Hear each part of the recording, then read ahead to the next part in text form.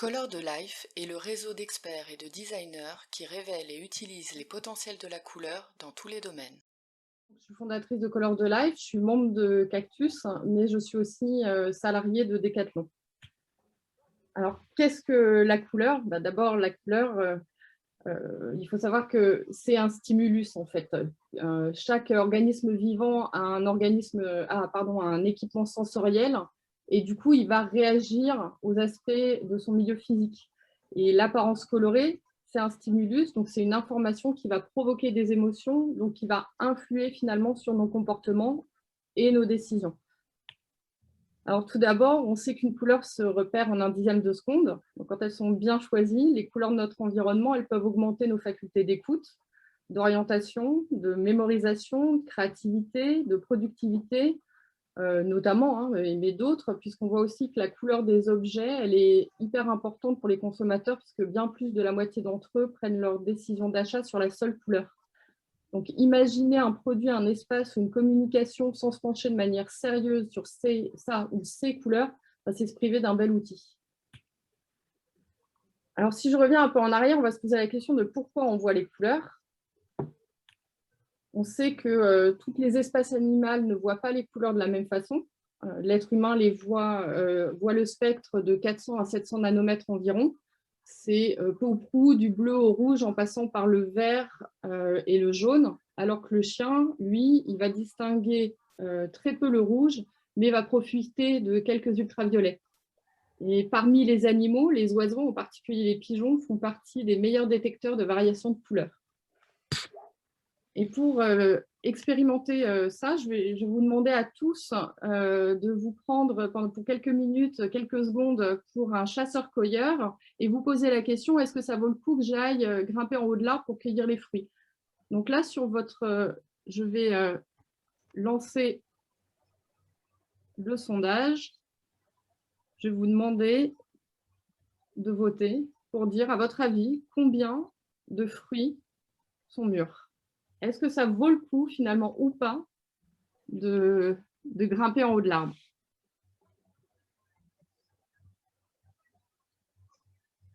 On est à plus de 40% des votants. Je vous laisse encore quelques secondes. C'est très débattu.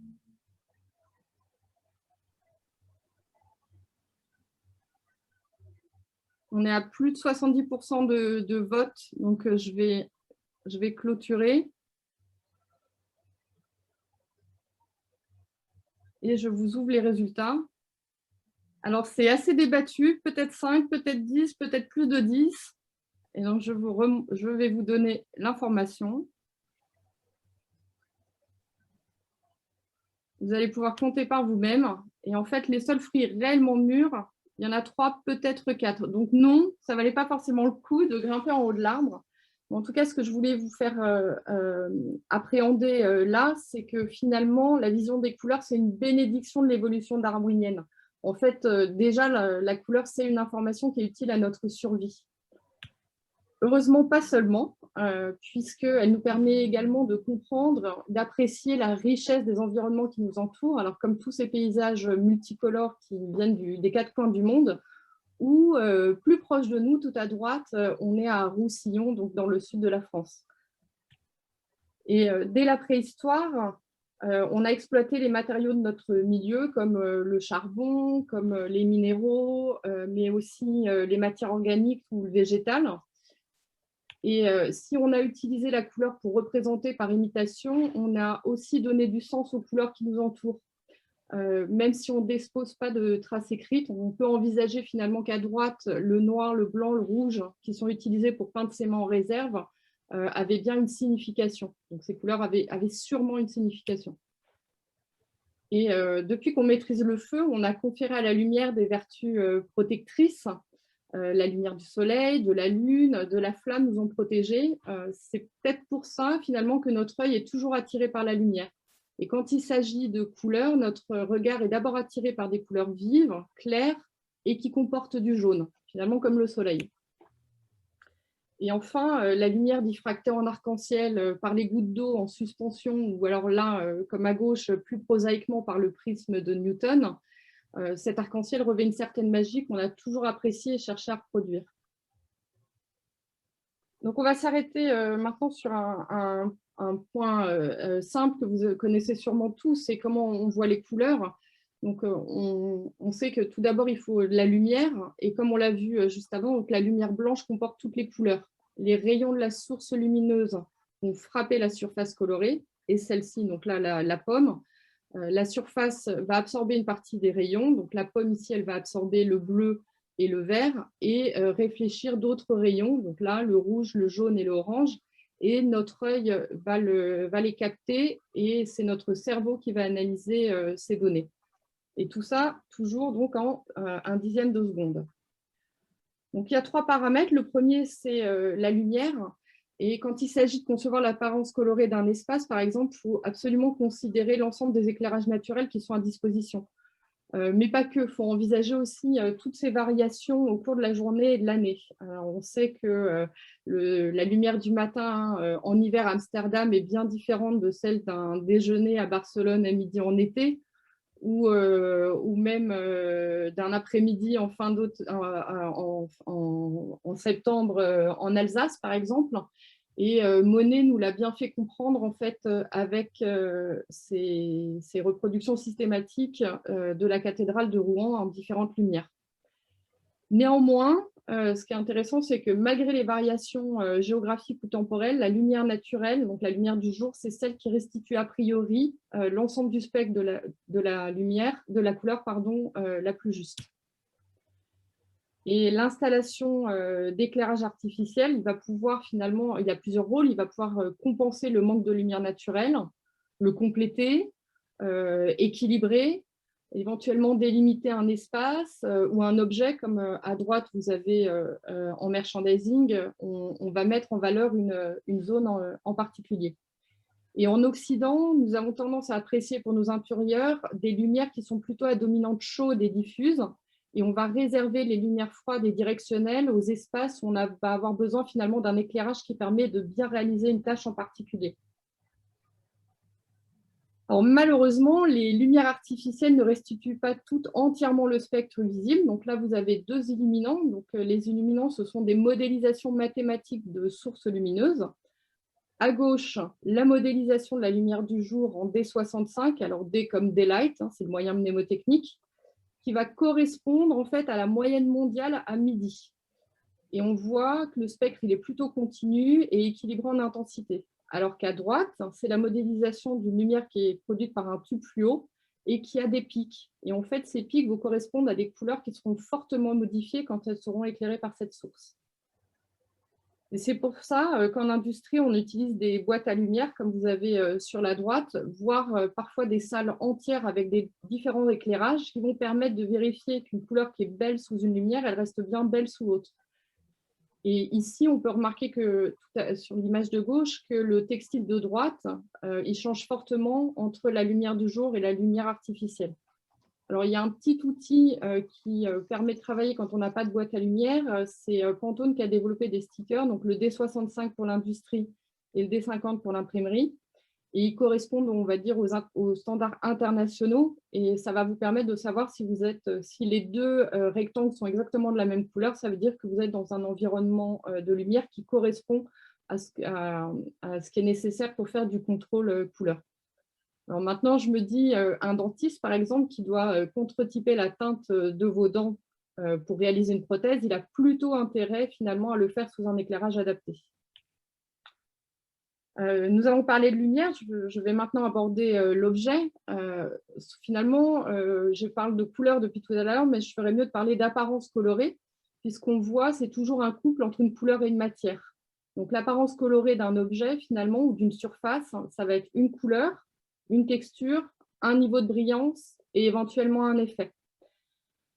Évidemment, il existe des variétés infinies d'apparences colorées qui vont du coup modifier notre appréciation des couleurs. L'image de gauche, ce sont des représentations de l'espace des couleurs. Alors, l'espace des couleurs se représente plutôt sous la forme d'une patatoïde, mais par convention, on le met sous la forme du sphère.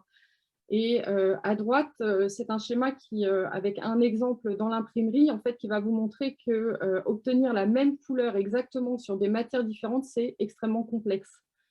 Alors, c'est faisable, je l'ai déjà réalisé, mais c'est très complexe. Et c'est pourquoi il est nécessaire de connaître finalement les nuanciers, les matières colorantes, les procédés de transformation qui vont être utilisés par les fabricants pour définir la gamme de couleurs facile à produire et à reproduire. D'autant plus qu'il est parfois nécessaire de tricher puisqu'une même couleur peut être perçue différemment en fonction de son environnement immédiat. Ce sont tous les effets de contraste qui sont aussi si intéressants à utiliser.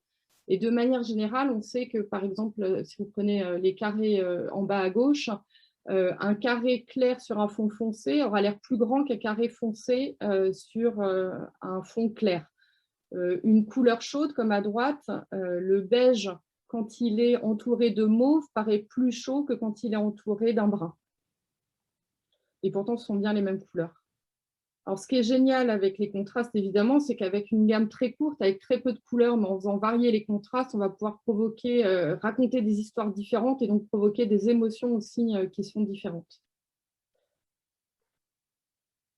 La perception, l'appréciation ou le goût pour une couleur, vous l'avez compris, va dépendre de la lumière, va dépendre de l'objet, de la surface observée, des contrastes provoqués par les éventuelles couleurs environnantes, mais l'appréciation va surtout dépendre finalement de l'observateur lui-même. Alors, même si la lumière, la couleur sont captées par ce que vous voyez à droite, donc les cônes ici et les bâtonnets qui sont au fond de la rétine, finalement, chaque observateur a sa propre biologie, sa génétique, son hygiène de vie, son âge vont pouvoir modifier déjà sa perception des couleurs. Donc, il y a des tests pour l'évaluer, évidemment, le test Ishihara à gauche qui permet de dépister le daltonisme, mais aussi le test Munsell-100 qui est beaucoup utilisé dans l'industrie finalement pour déterminer la performance, l'acuité, on va dire, de distinction entre des teintes. Et concernant le daltonisme, il faut savoir que ça le touche en Occident un homme sur 12, ce qui est très important. Et ce qui est intéressant, c'est que malgré les formes différentes de daltonisme, le bleu semble continuer à être perçu par la plupart des daltoniens. Il existe des outils de simulation pour les concepteurs. Alors, ça permet par exemple de vérifier qu'une signalétique va rester lisible par tous, mais une ambiance aussi colorée, est-ce qu'elle peut continuer à être appréciée? J'irai pas plus loin sur le sujet puisque le 18 mai prochain, Miguel Neva et Jan Gartzka présenteront l'ensemble des outils qu'ils ont développés pour concevoir spécifiquement pour les daltoniens.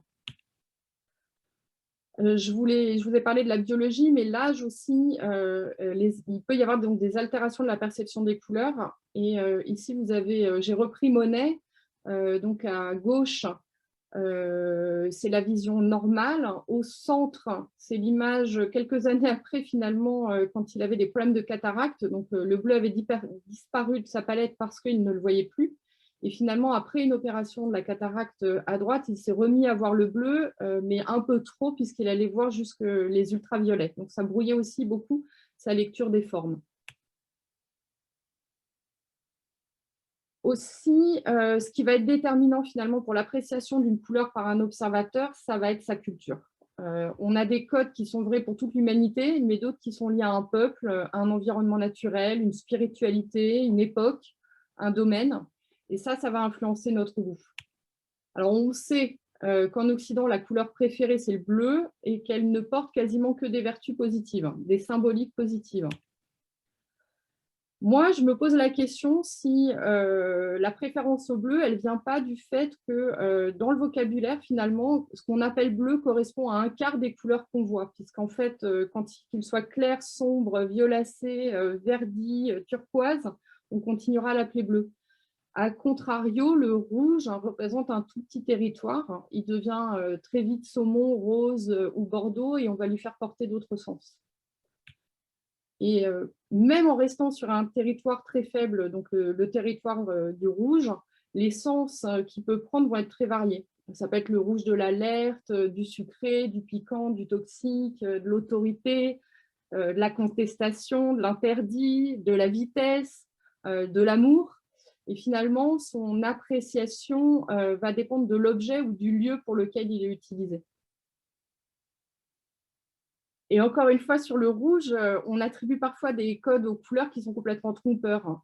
Le costume de gauche, par exemple, tout le monde aura reconnu un costume de pompier, alors que ça fait, on sait bien, hein, que les pompiers ne sont pas du tout habillés en rouge et que leur camion n'est pas toujours rouge non plus. Enfin, l'époque et surtout les moyens techniques de production de la couleur vont influencer notre goût. Le bleu, qui était autrefois si coûteux à produire, il portait des valeurs bien différentes d'aujourd'hui. Aujourd'hui, c'est devenu une couleur facile à produire, tel le bleu jeans, finalement, qui est perçu comme un autre. Alors, on est dans une époque où de nombreux codes sont en train de muter et effectivement, mais moi, ça fait seulement 20 ans que je travaille, mais entre le début de ma carrière et maintenant, il y a déjà des choses que je peux m'autoriser aujourd'hui qu'on ne s'autorisait pas il y a 20 ans. Et dans la mode, par exemple, c'était connu, on ne mélangeait jamais du bleu marine avec du noir, alors que c'est quelque chose qu'on peut faire tout à fait facilement maintenant. Donc pour conclure, une même couleur en fonction de son support, son environnement, son éclairage et surtout de son observateur sera perçue et donc acceptée de manière singulière. Et du coup, pour proposer une coloration qui séduise, donc qui va provoquer les émotions, les comportements qu'on a définis dans le cahier des charges, il faut absolument prendre en compte ces 4 paramètres. Voilà, je vous remercie pour votre écoute. J'espère que cette présentation vous aura été utile, que vous aurez découvert des choses et surtout, n'hésitez pas à me contacter par la suite si vous souhaitez approfondir un sujet en particulier ou un accompagnement.